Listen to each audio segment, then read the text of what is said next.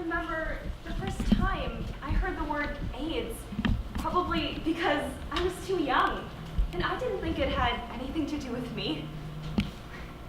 When I came out to my parents when I was 14, I just turned 16, I was worried about encountering homophobic and transphobic kids my age who would judge me. But now, in my mind, I've had to make a shift from thinking about how to deal with comments from closed-minded classmates and teachers to figuring out new laws and living in a general atmosphere of heightened fear, anger, and uncertainty. I still saw the epidemic as just something you read about in a textbook. That changed when I started doing interviews for this project. Suddenly, it was like no time had passed between then and now. I think you'll see what I mean. So, you first. I'm Daryl, the bisexual, and I'm positive. And the day I found out, my doctor said to me, "You're a time bomb waiting to go off." Who are you? I am the widower, Joe, positive. AIDS is not a gift. It doesn't come wrapped in pretty paper with ribbons and bows and a to from card. There's no gift receipt. You can't return it.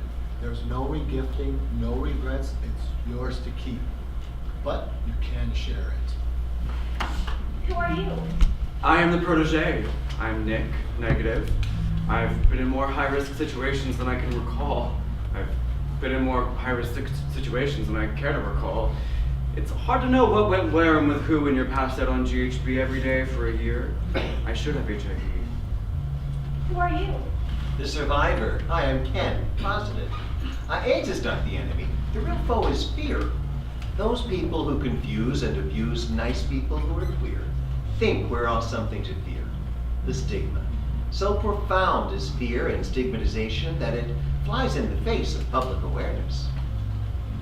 Who are you? I'm Gina, reading the words of Jen. The outsider. I'm negative, and AIDS is a bitch. That's what everybody says. No exceptions. I know you're my filmmaking teacher at Harvard Westlake, but who are you? Hi, Sophie. I'm the artist. My name is Sherry, negative. AIDS is my best friend Mark, a brilliant artist lost in 1993, in whose memory I make art because his voice was silenced. And how about you in the black shirt? Oh, the hottie. I'm Clayton, and I'm positive. AIDS is communal. When I first learned of my diagnosis, my initial fear was the potential people I was responsible for infecting. How long had it been? How long had it been? How many could I have exposed? How many could I have exposed? My second fear then took over. Will I be alone? Will I be alone? Will I be alone? Will I be alone? However, in my new world, I discovered there were countless more living with HIV, a number so high I never could have imagined it. I connected to a new community, one full of new brothers, support, education. I connected and found peace in my new community. I had found love in a hopeless place. Hashtag Rihanna. You know Rihanna? How about you on the stool?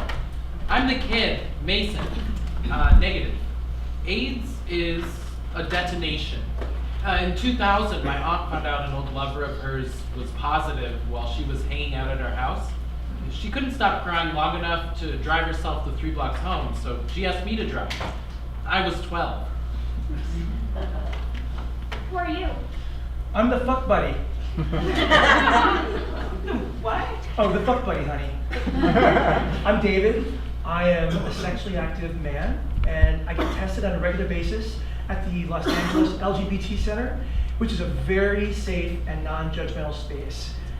I'm thinking of taking Truvada. I don't plan on abstaining from sex or getting married anytime soon, but I do plan on fucking, and I'm negative. Who are you? Oh, the innocent, like you. I'm John, negative. AIDS is not your friend. It slyly poses as a frenemy. It's going to be that mysterious shadow that follows you down a dark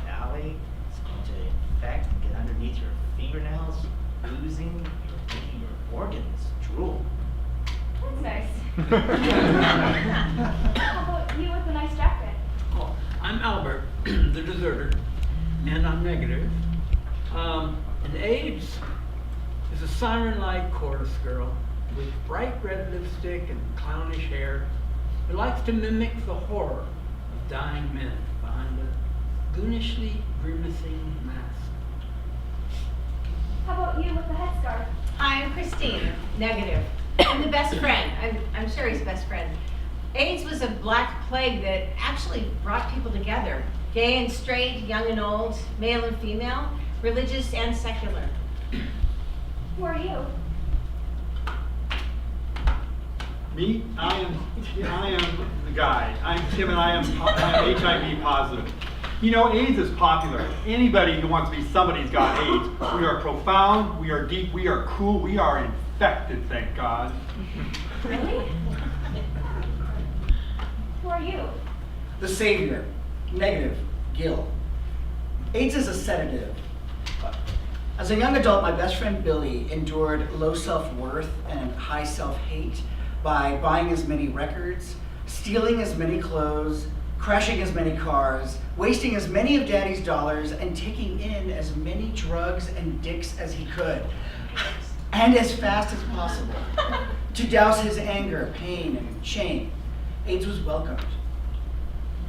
How about you with the guitar?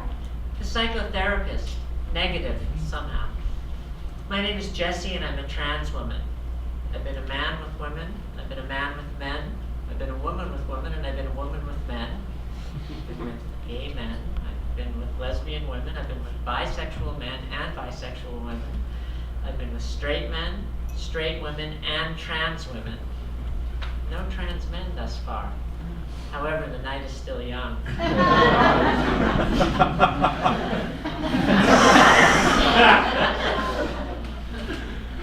Who are you? I'm Roland, the immigrant. Being HIV positive is like a multiple coming out for me. I'm already an immigrant, a gay man of color. How many more fights and how many more struggles can I take on? And we are QueerWise.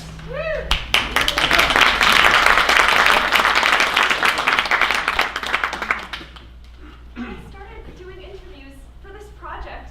I didn't expect to see how the AIDS crisis would directly affect my life.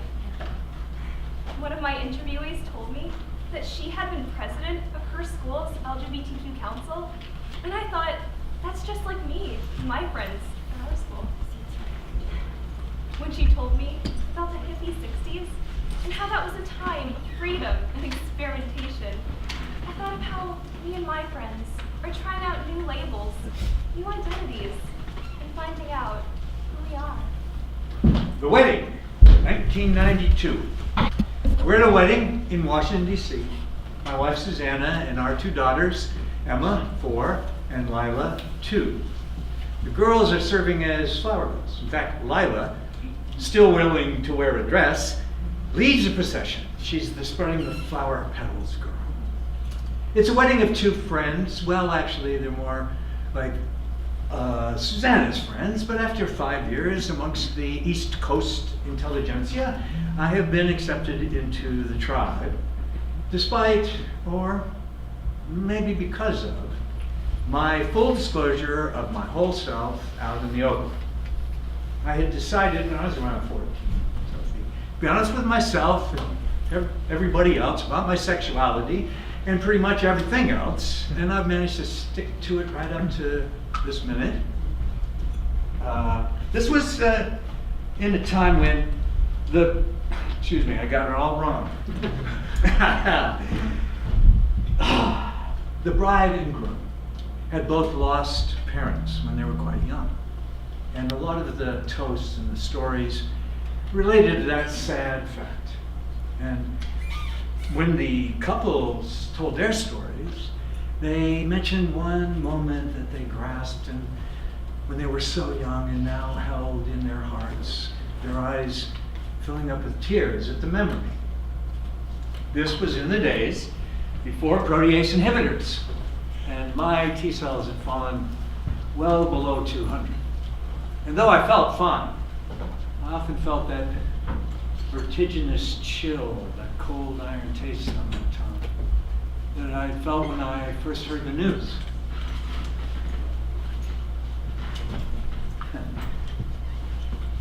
And I knew with certainty that I had brought this calamity on myself, and therefore into the lives of my dearest. I looked over at my indomitable, stubbornly loving wife. She was looking right at me. I thought that she would be wrapped up in the stories and the laughter, but she was searching for my gaze. My eyes immediately filled with tears and ran down in rivulets on my cheeks. And she put her hand on top of mine. And she leaned toward me in the slightest degree. She had known, almost before I did, that a question was looming in my mind and casting a shadow on my heart. Would I survive to attend my daughter's weddings? Would he? Would I walk them down the aisle? Would he? Would I give them away? Would he? Would they lose their dad? Would they lose their dad? As I looked into her eyes, I thought of that Lou Reed song. I'll be your mirror. Reflect what you are, in case you don't know. And she nodded firmly. And I pulled myself together. Psychotherapy sessions, 2002. Each session is a game of musical chairs, either a mournful ode, a funereal dirge, or a droning, pulsating trance-like rhythm, repeating over and over and over again, unceasingly. I never know when I sit down if the client in front of me has received, at best, life-shattering news, or at worst, a death sentence. I'm trained to filter out my own discomfort at their condition and their suffering, while somehow maintaining the purest strain of sympathy. The diagnosis, 1996. The medical director of the AIDS Healthcare Foundation broke the news to me. She started by saying, "This happens to some of the nicest people I know, and you were one of those people. But unfortunately, You tested HIV positive." That was 20 years ago. She kept on talking, but I went numb. It was like she was not talking to me. I couldn't cry even if I wanted to. And at some point, I came out of this trance-like state, but it's still devoid of anything that you can call emotions. And then I asked, what now? What now? I knew the drill, but it was about other people. And I had been working for what is now the largest HIV/AIDS organization in the world for over 5 years. And I had all the information and all the knowledge.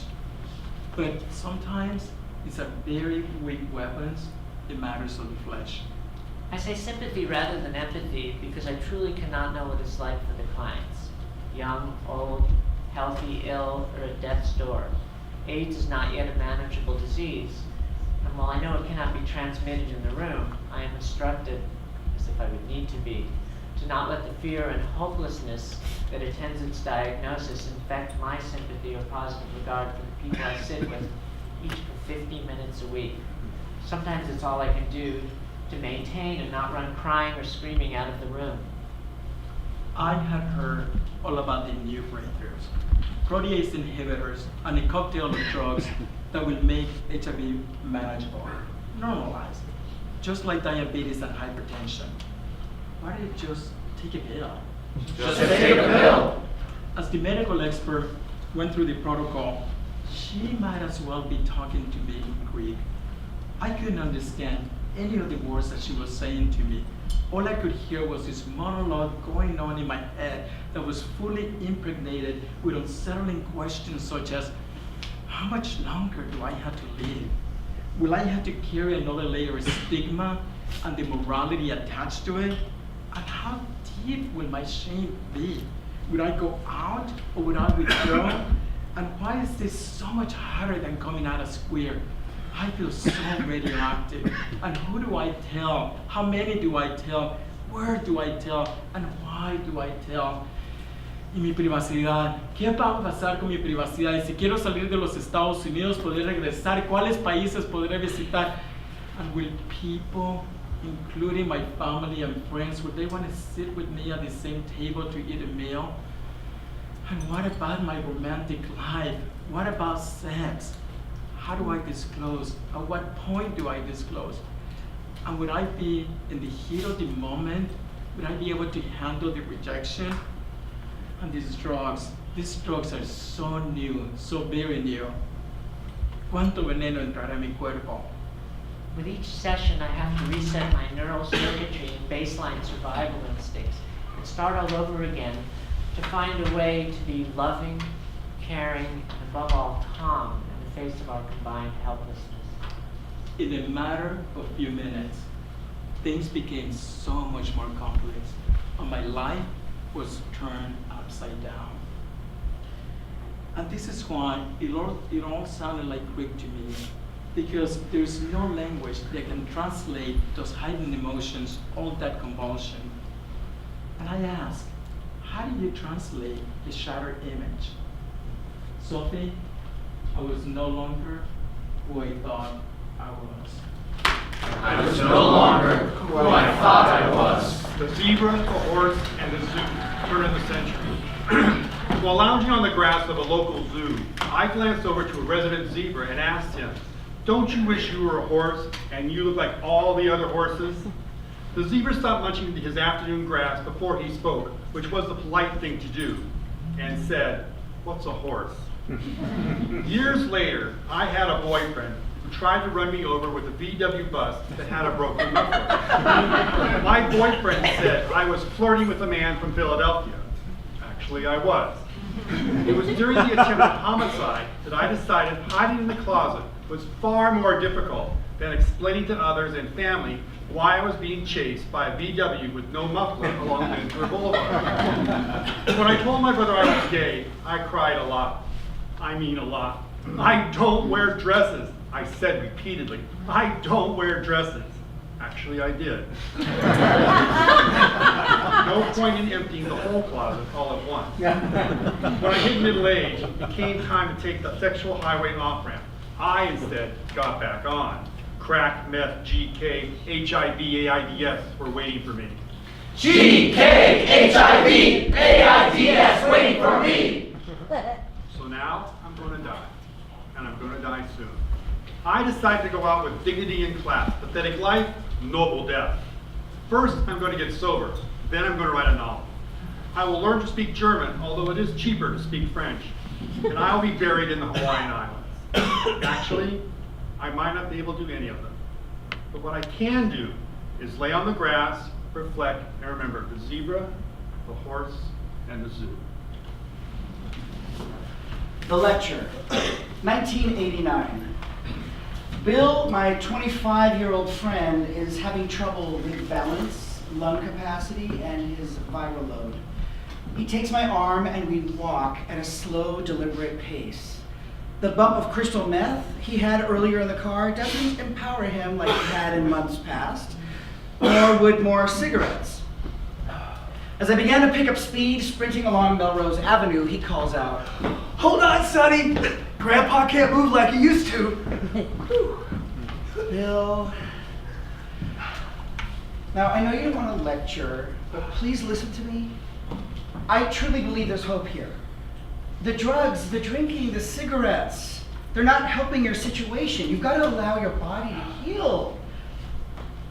I felt like an idealistic fool, attempting to enlighten this cynic that I've known since first grade. He smiled, took a breath, and imparted his wisdom. Gil, this is who I am, and I'm not going to change. I am not going to stop having a good time, going out dancing, and taking drugs. This is what I do. And I am going to keep on living the way that I live until I can't do it anymore. White. White. Straight. Straight. Affluent. Affluent. Attractive and male. In his mind, if you weren't born into all of those things, you were hopeless. Bill had only 2 of the qualifying traits, white and male. His family was not affluent, but merely upper middle class. His face and body did not match the attractiveness of men on the pages of L'Uomo Vogue, and he was 100% non-straight. Persecuted daily in high school about his sexuality, Billy withered. This typically fearless white male didn't defend himself. In college, we argued perspectives on being gay men. He told me, Gil, it's normal to date women, get married, have kids. What I'm doing is wrong. I know that. It's all wrong. 3 years later, he died. He was 29. Letter to my mother, 2016. Mother, I remember your words whenever I leave a place. Be safe in every way. You are a caretaker. Professionally as a nurse, yes, but you have always been a caretaker. As the oldest of the younger of your siblings, your brothers and sisters were brought up in part by you. I watched you take care of your parents as they left this world, and you did so with strength. I held you in the semicircle around your brother's hospital bed as he too went finally and forever still, and here too you were strong, even as you cried. I don't want to be the one to break you. Be safe in every way. I haven't, and you know this. I remember coming out to you during a college break. I remember your response being, I know, I love you, I just want you to be safe. I know what that fear is. I know you are a caretaker, but I know you don't want to guide me out of this life. When I told you about my test results, that it wasn't HIV, but something else, I could feel your relief. Be safe in every way. I can't be, and I won't be, but I will try. Enjoy your day, Mason. The man with night sweats today. Sophie, my dear, may I tell you how I met Tom Gunn, on the page, that is, in a poetry class shortly after I moved to Los Angeles 5 years ago. His poems choked me, stopped my breathing, and revealed the truth in my moldy cupboard. I can tell you now, I'm not a quiet librarian in suburban Philadelphia. The poet's work spans the lifetimes of Auden, Isherwood, Williams, Rexroth, and Capote, but his verse pricked me in a way other gay artists had never. I am still howling. The Man with Night Sweats by Tom Gunn. I have to change the bed, but catch myself instead hugging my body to me, as if to shield it from the pains that will go through me, as if hands were enough to hold an avalanche off. I was a bedwetter until well into puberty. For only about a decade into my mid-20s did I finally learn about dry sheets, warm sleeps, and no shame mornings. The soaking shame of midnight harangues me again and still. Today, Sophie, it's HIV-related night sweats. Today, at nearly 60, I wake in the night hating myself, shivering, and soaking at my core. That is when the one-eyed mongrel reminds me that one night with him makes you tremble. All of the nights are sleepless, fitful, long series of tossing around under the covers and on top of the covers. I stare out the window, half asleep and half awake, at the shadows of tree branches creaking and pointing kinked fingers at me. There are med-related, tripped-out dreams, and I'm sweating and shivering at the same time. Yesterday's headlines and alternative facts are swimming in my sweat. My t-shirt and pants are clinging like wet plastic wrap. Then a chill smacks me awake with the break of dawn. I feel an ice-cold smack on my cheek and find stuck there maybe a red-brown autumn leaf freezing my face. If I try to peel the leaf away, I think my skin will ripple.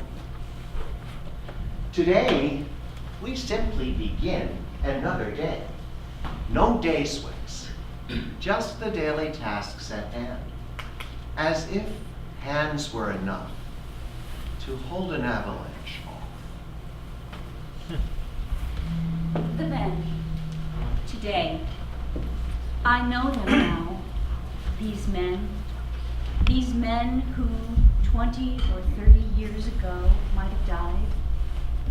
Friends and lovers did.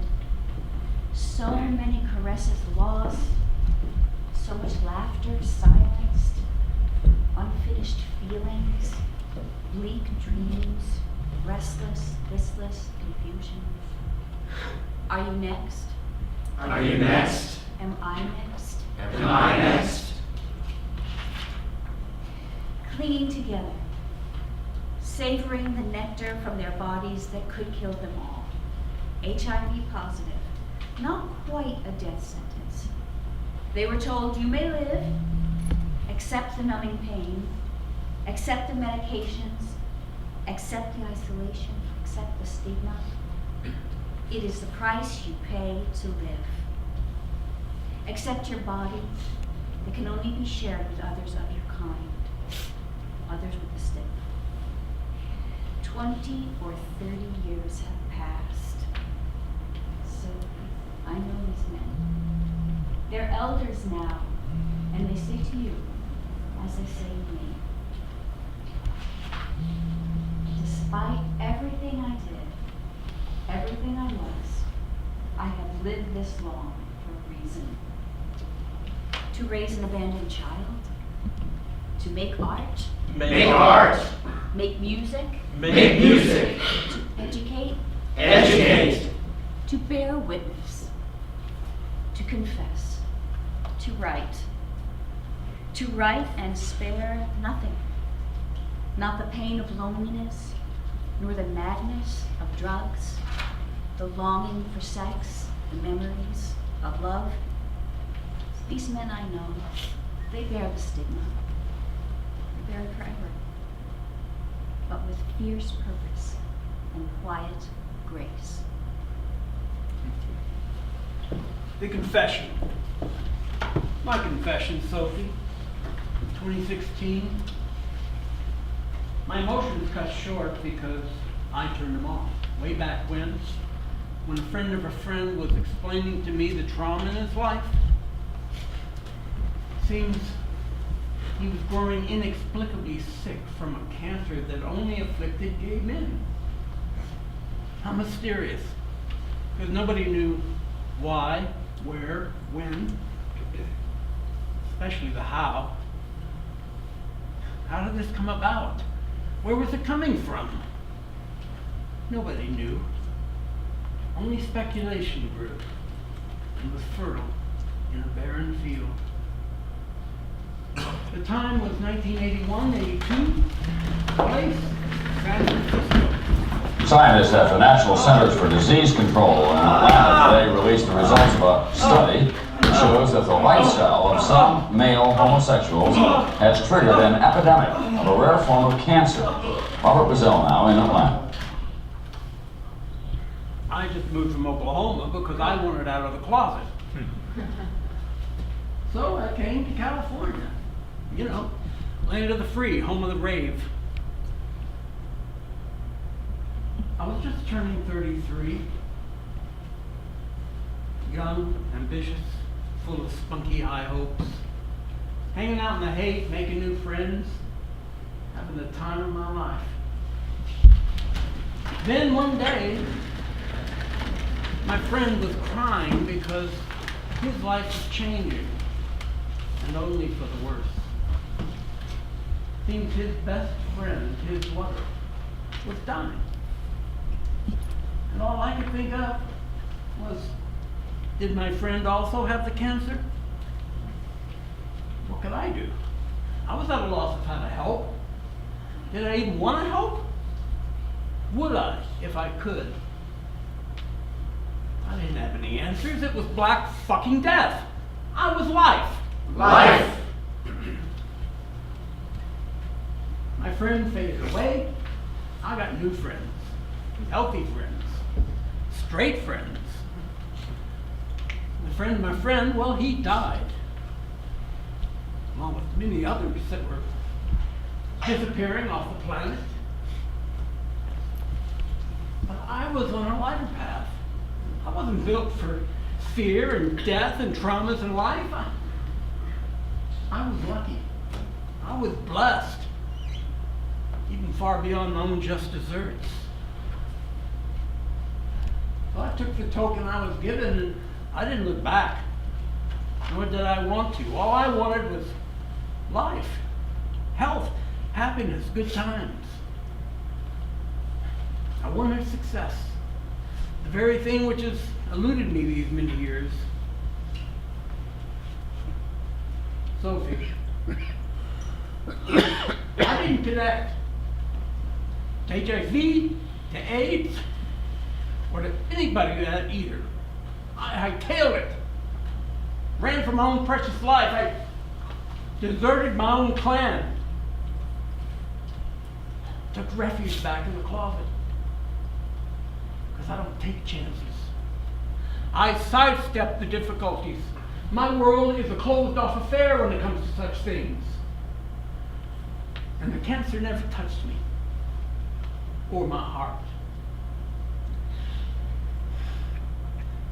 But then neither did the cure.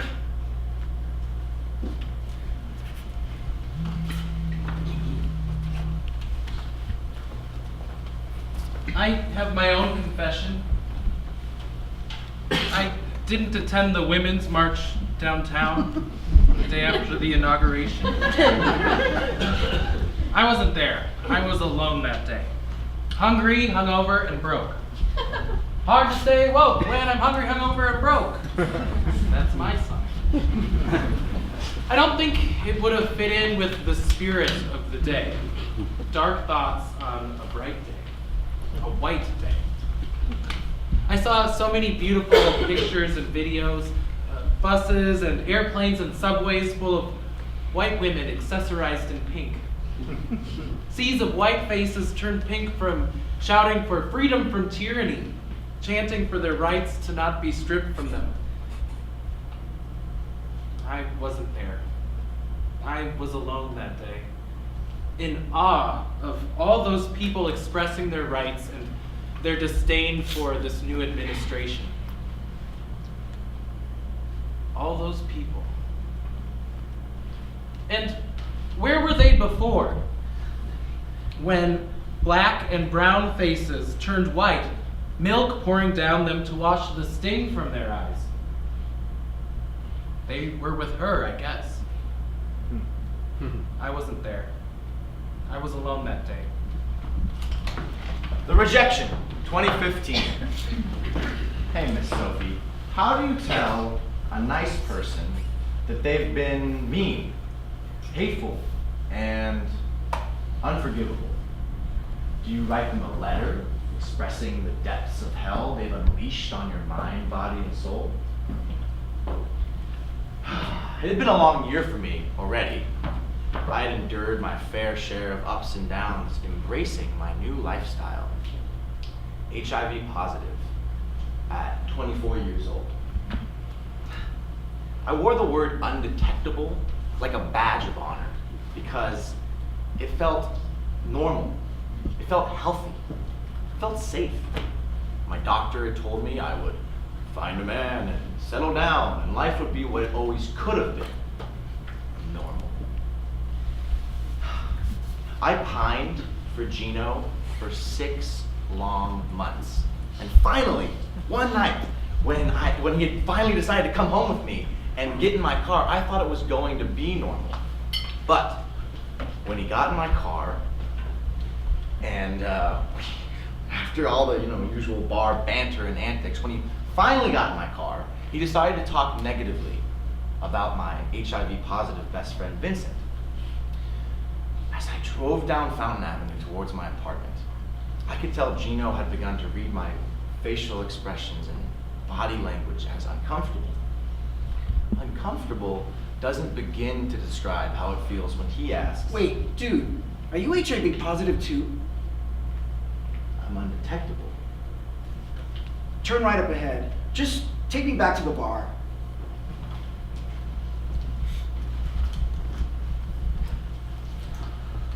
Out of all the rejections I've faced thus far, this was the first that left me feeling gutted, like a pig at the slaughter.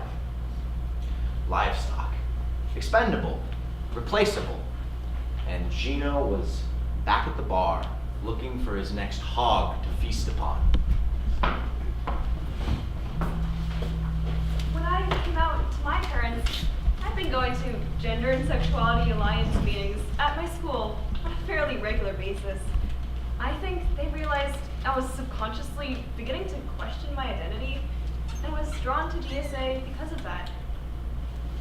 Yet, directly tied to my coming out as queer is my fear of conversion therapy, ignited by the stance of our new vice president.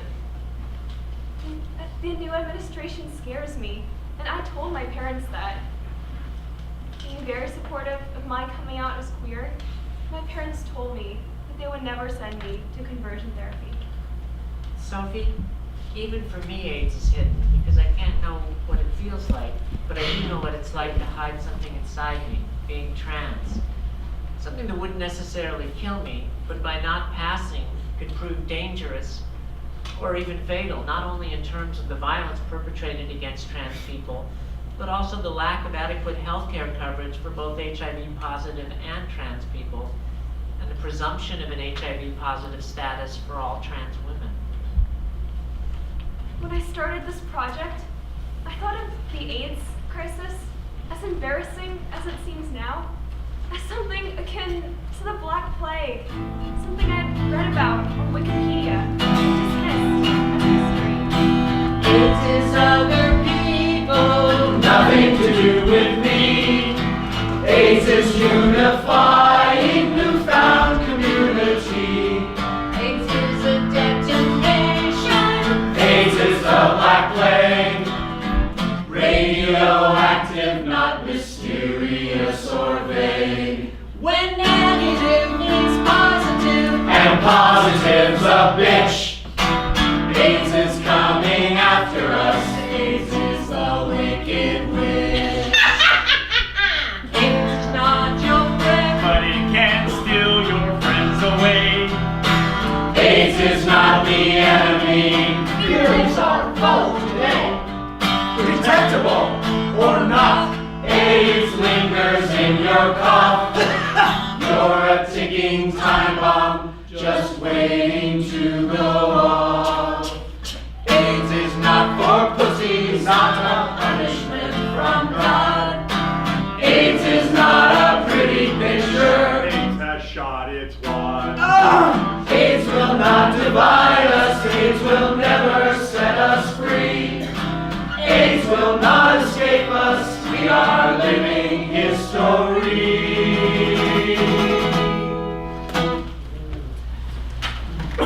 AIDS, the epidemic that connects gay sex with death. AIDS was something I was born and bred to be petrified of, to reject my gay nature for the fear of the mortal danger that lurked in the darkness, waiting for me. But I always knew that who I was would become who I am. AIDS would come for me too. I would never escape the clutch of its grasp. AIDS has affected my taste in art. I used to say I only liked pieces about the Holocaust. I saw Schindler's List in the theater 10 times. That's a bit odd for a 12-year-old. As I got older, I wanted to play Lewis in Angels in America. There was the normal Heart, Milk, Dallas Buyers Club. Without art, AIDS might be less interesting, or I might be less affected. AIDS infects an audience.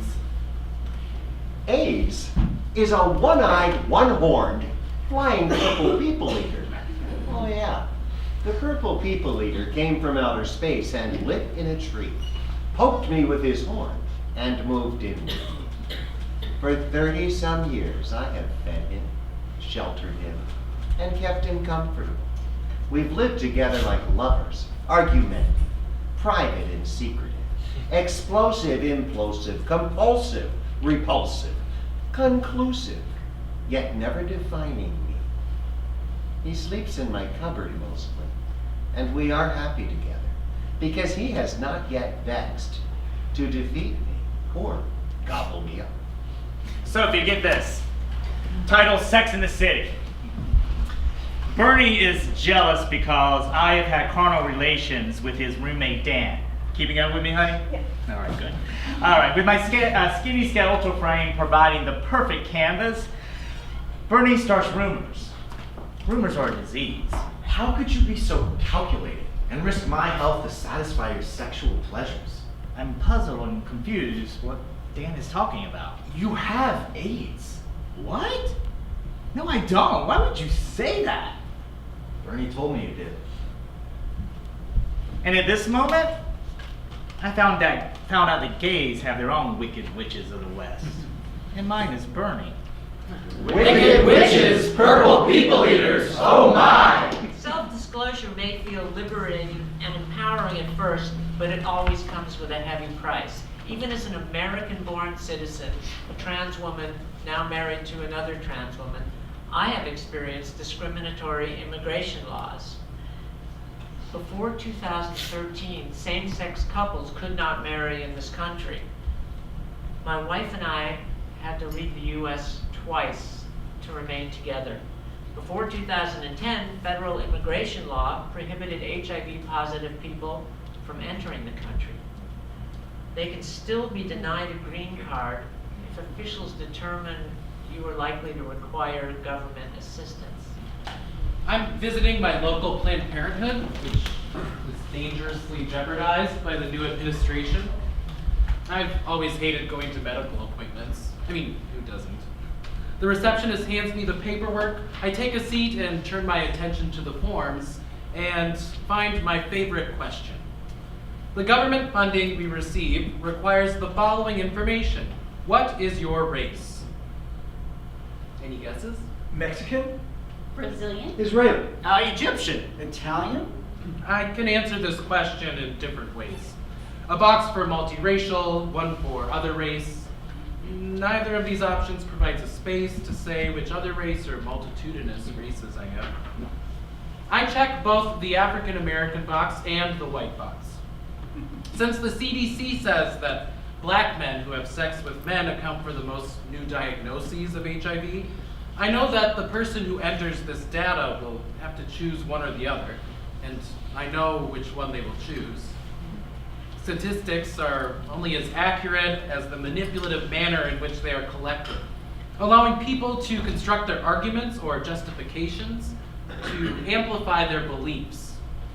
And I wonder if these statistical justifications are mirrored on Grindr and other hookup sites, which allow men-seeking men to set their own parameters. Not into black guys. Not into Asian guys. Not into old guys. Not into fat guys. Sissies. Trannies. Disease. Another confession. The shade of my skin, my lightness, has protected me from full disclosure. A privilege, white privilege, I expect. Shame at this sits in my stomach, and I fight back white tears. I should have known better. I didn't care. Suicide fucked much slower than the news.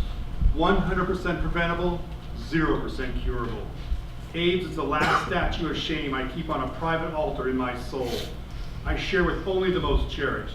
It is not a weapon, it is not an award. I am now the vessel of truth. I am the caretaker, to protect others from getting infected the way I was infected. I want to be irresponsible and careless, but I am not. I resent my new role, but I accept it. The honorable, AIDS-infected homosexual. Sophie, I want to make sure you understand this part of my experience. The specter of my death from AIDS, the taint of this bug inhabiting my body, making millions of copies of itself every day, did make me feel unclean, permanently soiled, especially when it came to making love to my wife. Over the years, I felt an ever so slight retreat, which grew into an unspannable chasm. I did come to feel indelibly stained by the sickness of being myself, my unnatural urges being the real disease. And eventually this feeling brought me right to the brink of despair.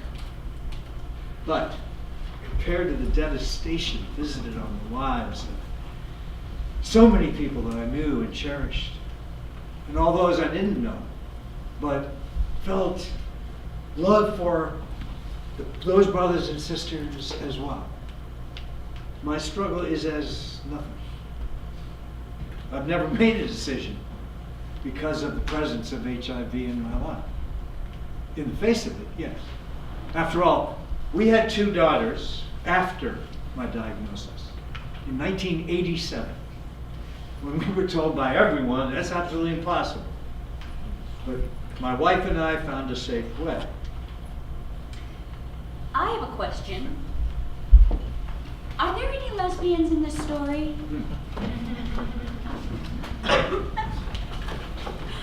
Well, not long ago, my girlfriend and I went on a walking tour of the Castro in San Francisco. We came upon a large wall mural which depicted the early days of the AIDS epidemic in the 1980s. And there, much larger than life, was an image of 2 women. Wow. I found the mural online. The depiction of the motorcycle women was a tribute to Dykes on Bikes, which had led the women's community in organizing blood and food drives when men's groups were being turned away from medical facilities. The magnificent mural is called Hope for the World Cure. It spans 120 feet long, wrapping around the corner of what used to be the Baghdad Cafe.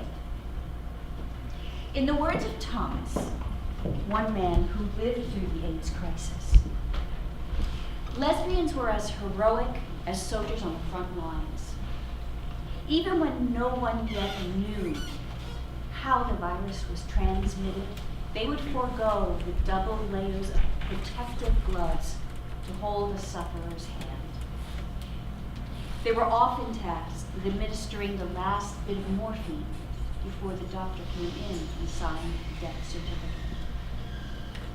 To Thomas, nothing he did to help the cause even came close to the compassion, the stamina, and the strength of these lesbians. So, Sophie, I have my answer.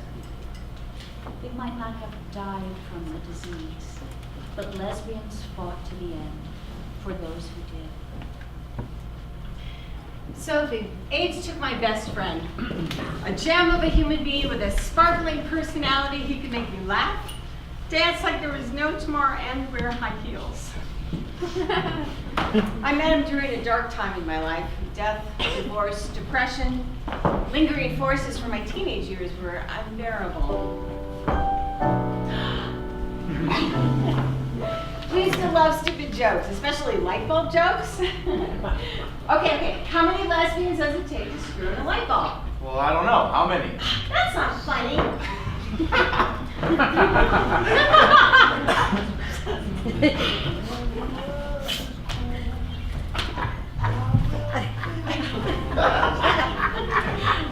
I met Michael on my first day at my new job as a puppeteer at a puppet theater in downtown Los Angeles. We went for tacos down the street, became the best of friends for the next 10 years. We made fabulous puppets together. He took me to the Oscars. I took him to see Little Shop of Horrors at the Westwood Playhouse. Oh, and we went to New York City together. Oh, we went to the best button store in the entire universe. And we drank cocktails with those little umbrellas in them. And we danced the night away.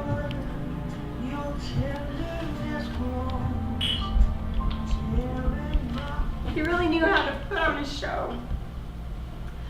With or without a puppet, he could really sell a number. AIDS took my best friend. My desire to get pregnant grew out of my love for Sue, my mate of 14 years, and our desire to raise a child together. We charted my cycle every month, and we inseminated during the fertile time, and we waited. When I'd bleed, we'd grieve. Sue and I had formed a family, thicker than blood. Among our chosen family were Mark and Roger. Not only a brilliant artist, Mark loved to travel and shop. He was my BFF.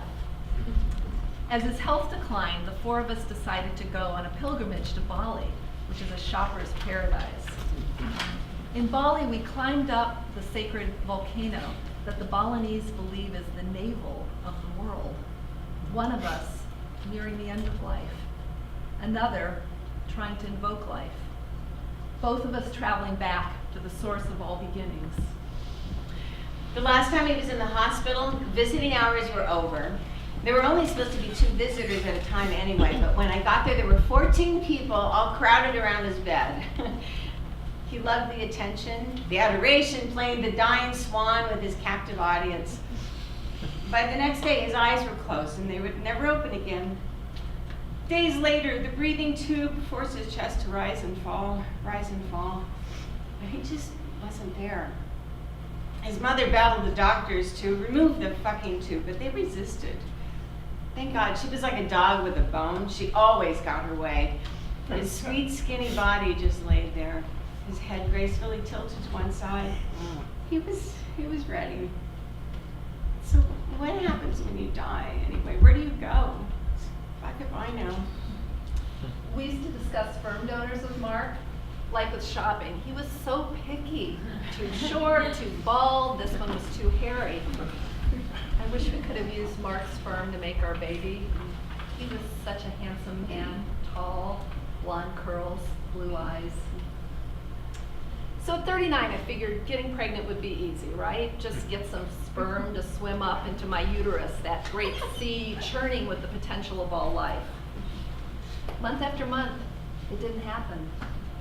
Turns out, a woman's body is a hostile battlefield where Amazonian cells fight and kill the invading sperm. I wish I could have donated all those warrior cells to Mark. His T-cell count was dropping daily. Increments of time. We ticked off the days of my cycle, waiting for the egg to release. Mark's temperature rose, a sore wouldn't heal, lost his balance. Mark's body had become a passive vessel for countless infusions of experimental drugs. Mark was angry, frustrated by a body that betrayed his will. After he died, I wore Mark's ashes in a Balinese locket at every insemination, reminding myself that from death comes life. 5 months later, I got pregnant with twins. Woohoo! He was the best shopper.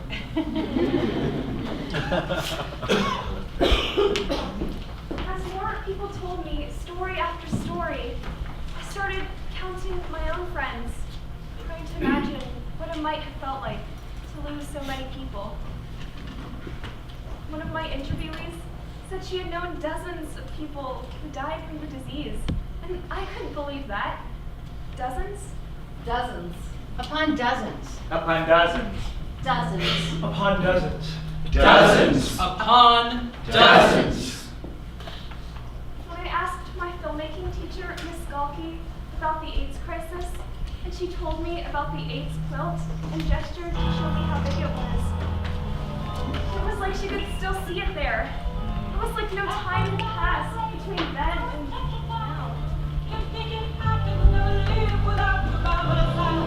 But then I spent so many nights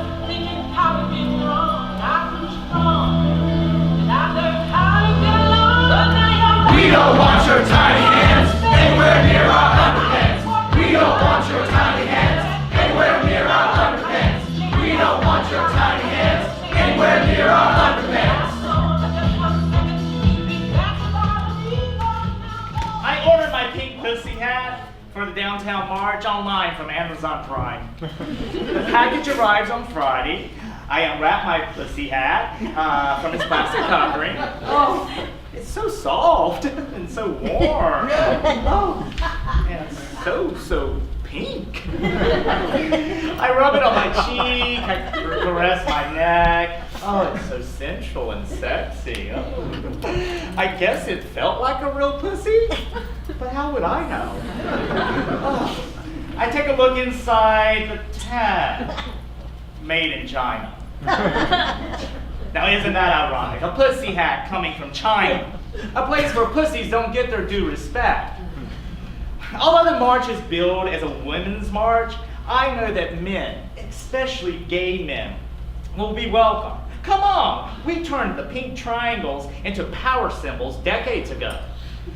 So since the election, I have been stressed about many things, but the rights of gay white men are only a part of the challenge. I mean, look, women's rights are being threatened by those assholes. I mean, I think of my women friends, my mother, my co-workers, my QueerWise comrades, and then I consider the lesbians who came to rescue during the AIDS crisis.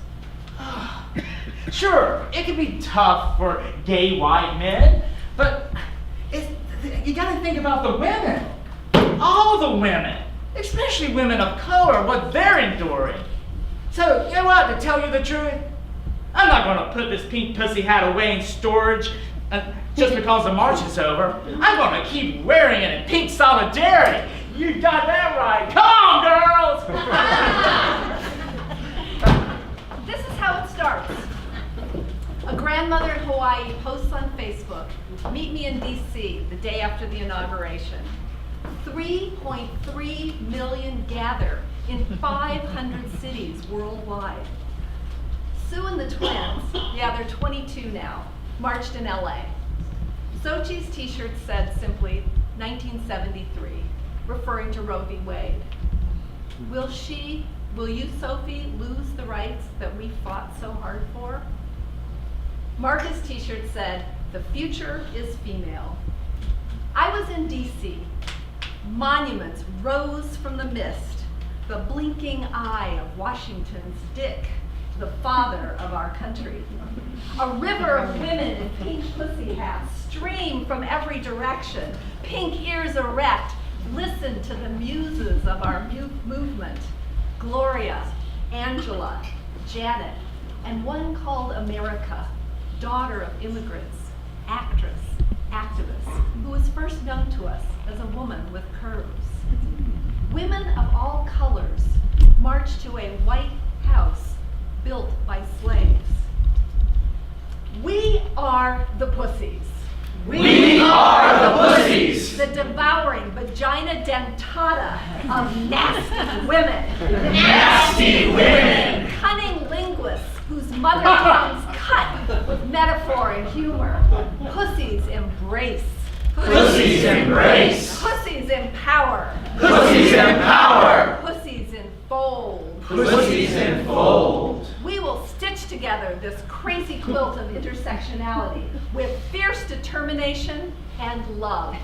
Love! The funeral, 1992.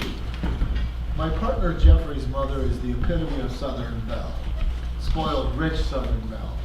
She emerges from the side door of the house wearing a black summer weight skirt, and over that she wears what she called a swing coat, which indeed does swing to and fro as she gingerly navigates the goose droppings in the muddy driveway.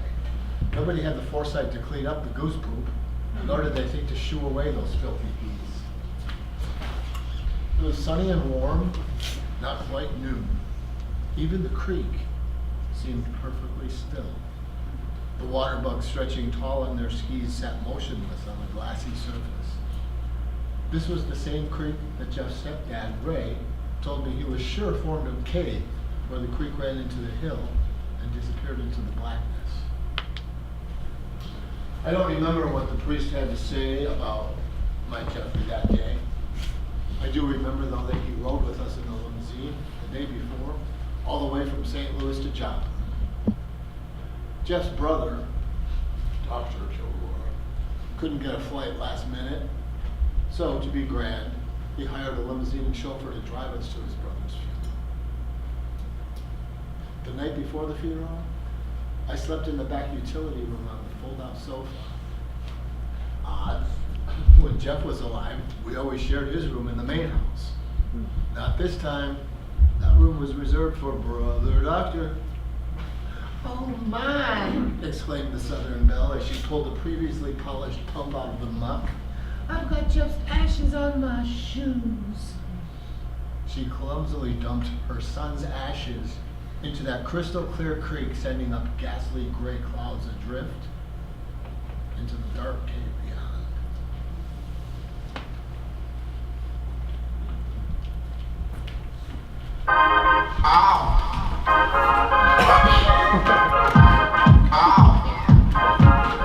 The one night, 1990.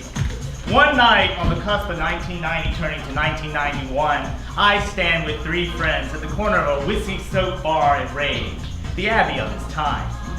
They are cruising.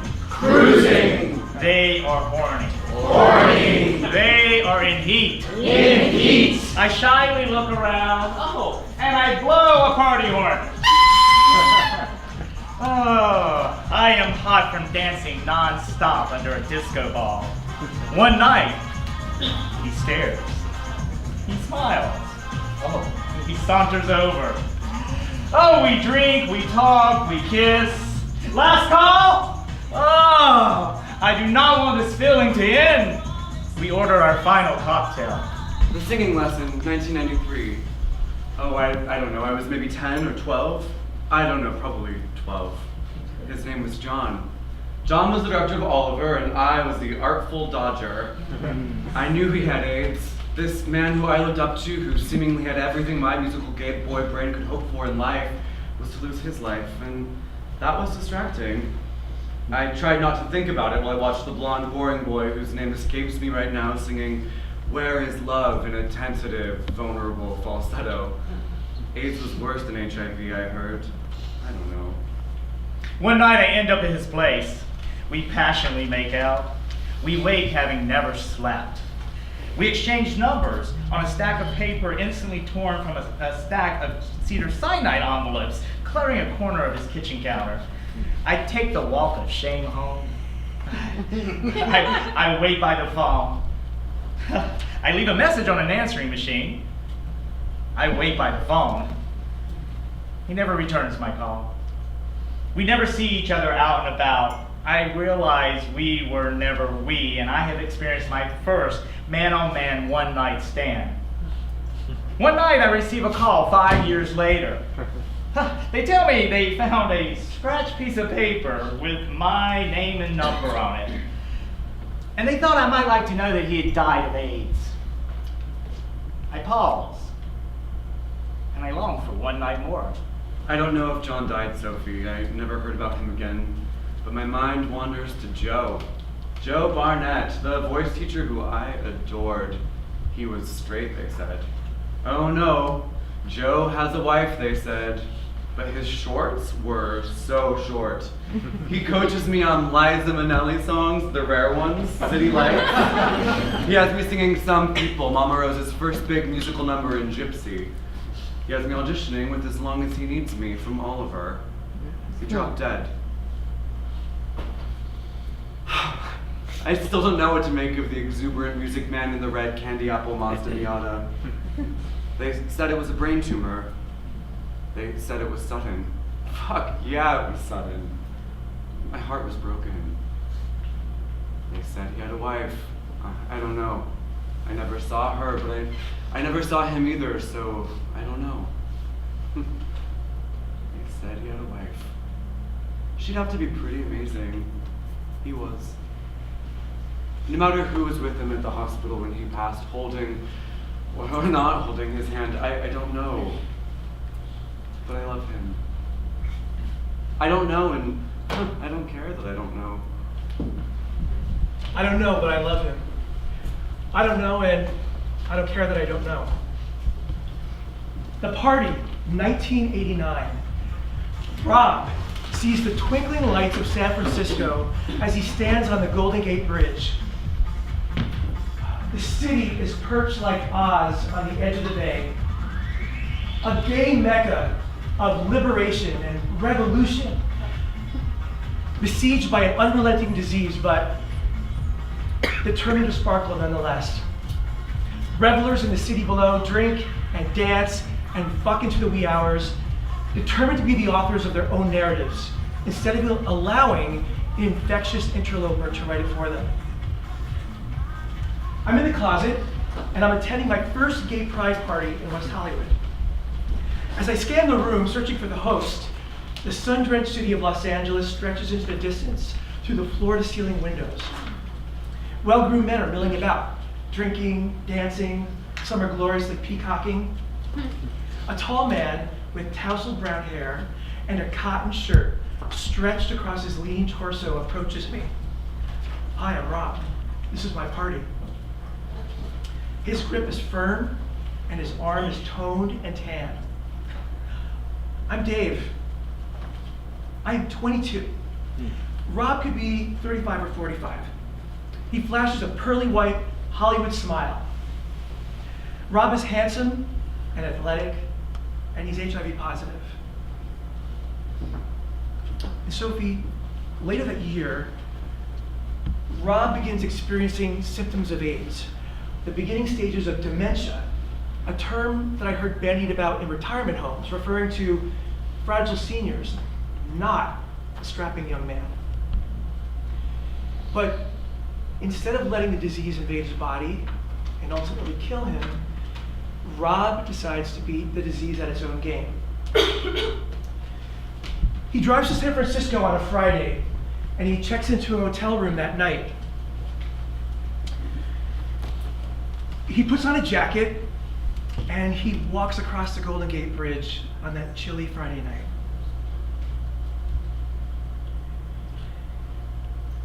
When his body is discovered in the bay, the police locate his car and they search the motel room, and they find a jacket hanging on the back of the chair. The sleeves are stained with orange smudges. They deduce that he attempted to jump on Friday night and back down and came back to the motel room. That's why the orange smudges on the jacket. Clues from the bridge. Saturday night was a warm, breezy night, and Rob would not need his jacket.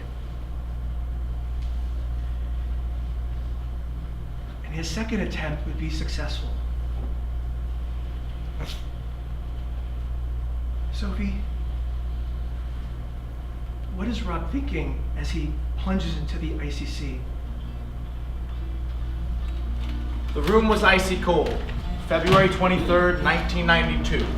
The window is wide open to the swirling snow that buries 6th Avenue and muffles the sounds of traffic, subway trains, sirens, car horns, and voices.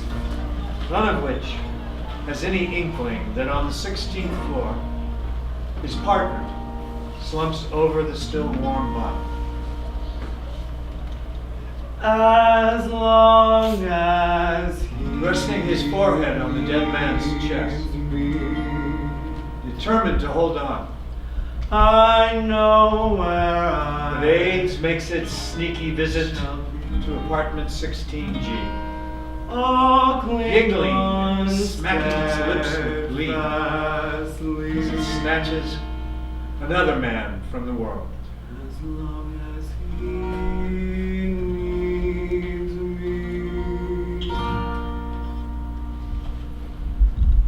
I won't betray his trust. The people say I must. I've got to stay true just as long as he needs me.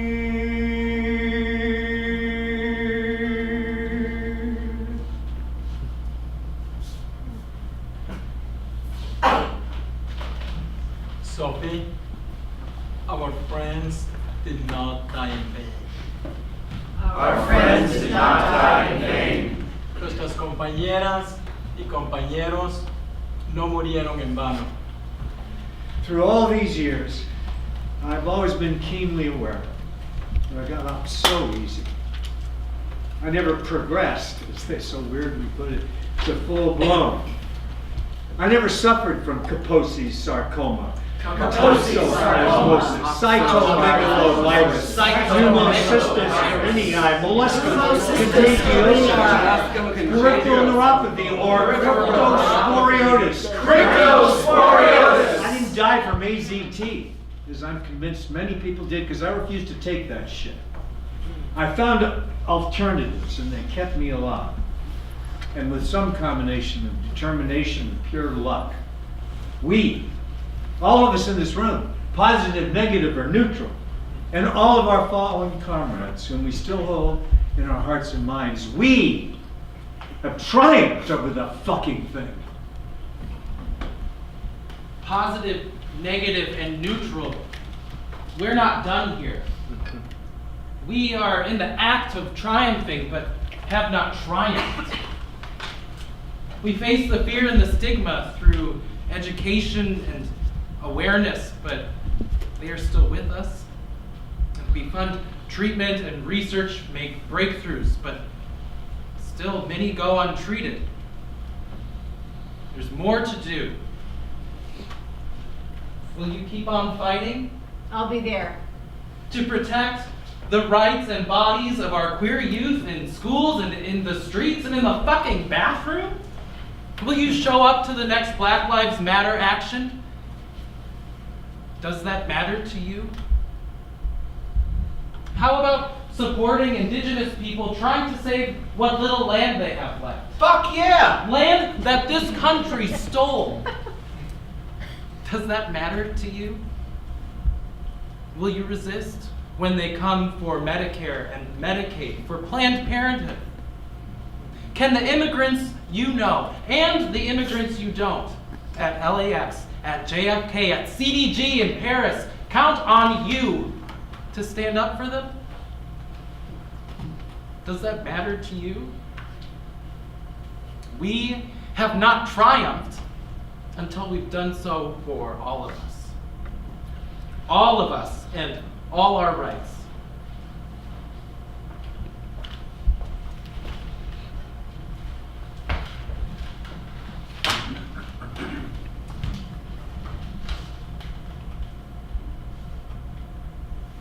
Shades of Disclosure hasn't just been a historical event with red ribbons and commemorative plaques.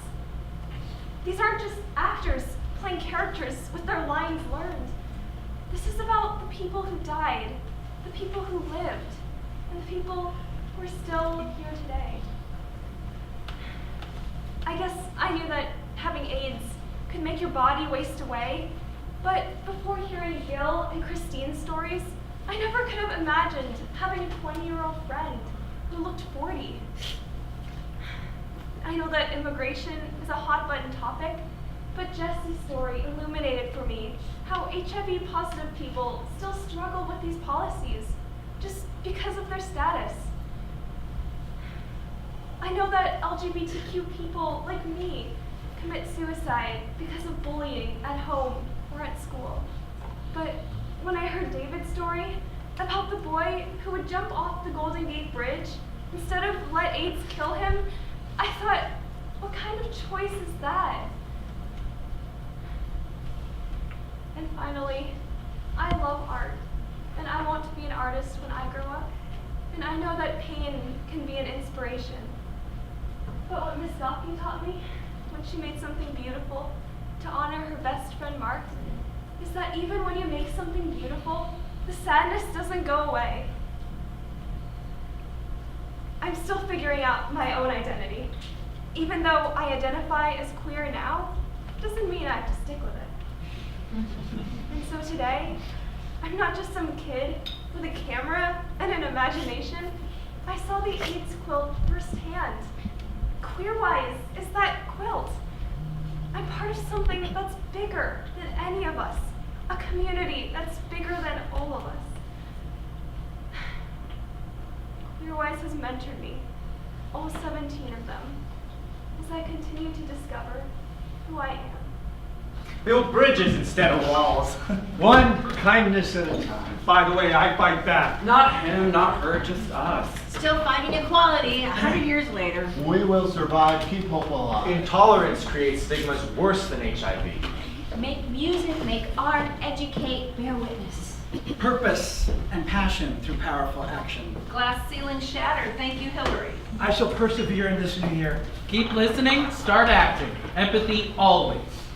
We are one people painted in many colors. Fight the fear. Put people first. And fight deception, be creative. I'll use the ladies' room, thank you. We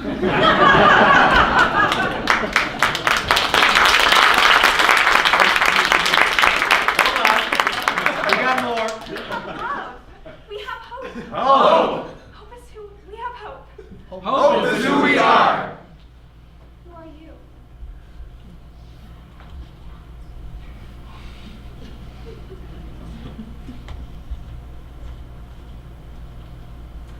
Who are